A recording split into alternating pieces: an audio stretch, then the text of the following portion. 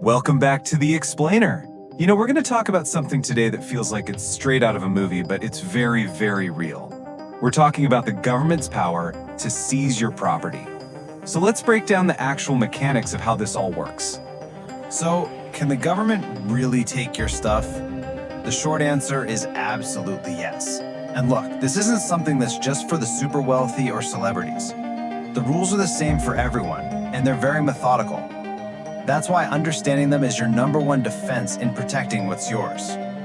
Okay, so let's start with a real-world example that recently made a lot of headlines. A tax agency seized a bunch of customized luxury cars right from a well-known person's home. Next thing you know, those cars are up for public auction. And that just makes you wonder, how on earth is that even legal? How can they do that? Well, while the specifics of any one case are always kept private, a situation like this almost always boils down to one simple thing: a really big unpaid tax bill that's been left to sit for way too long. And here's the key thing you gotta understand. For the government, tax debt is 100% a real debt. They take it just as seriously as a bank takes a mortgage default. It's not, optional. It's a legal obligation. And they have a very clear, very methodical process to get that money back. But wait, they can't just show up with a tow truck out of the blue. Before anyone lays a hand on your property, the government has to first establish its legal right to it. And they do this with a tool that's super powerful, but honestly, a lot of people don't really get how it works. It's called a tax lien. And what that means is the government puts a legal claim on your property as security for that tax debt. Think of it like this. It's the government calling dibs on everything you own. It puts them at the very front of the line of anyone you owe money to. They become creditor #1. And this is a really important difference to get straight. A lien is just the legal claim. It's on paper. You can think of it as a warning shot across the bow. But a seizure, that's the physical act. That's when they actually come and take the property to settle the debt. Two very different things. So what does a lien cover? Well, basically, everything. And I mean everything. We're talking your house, your cars, any valuables you have. But it goes further. Financial accounts, business property, even money that other people owe you.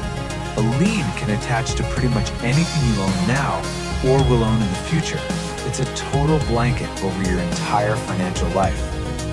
Okay, so how do you get from that paper claim, the lien, to the tow trucks showing up? It's not a random jump. It's actually a very clear step-by-step process that builds up to that final moment. So here's how it plays out step by step. First, the debt is officially assessed. Then you get a notice and a demand for payment. Pretty straightforward. If that doesn't get a response, that's when the federal tax lien gets filed publicly. And only after all of those steps, if the debt is still unpaid, does it get to the final stage, seizure, and a public auction. So you see, it's a slow, predictable march. It's definitely not a surprise attack.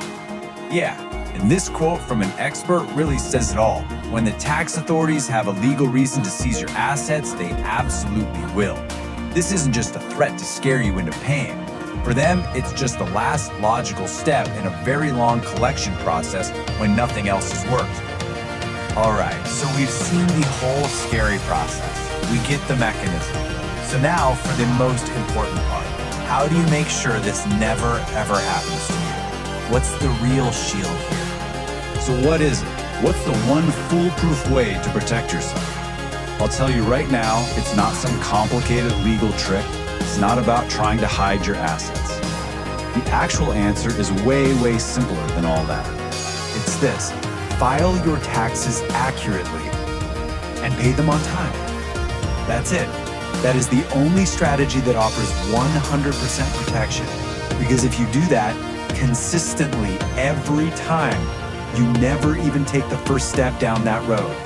The whole process we just talked about, it's avoided completely from day one. And that really brings us to the final question we should all be asking ourselves. Look, the point of this isn't to scare you. It's to help you understand how it all works.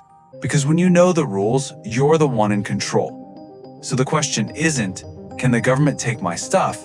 The real question is my financial house in order so they never ever have a reason to try?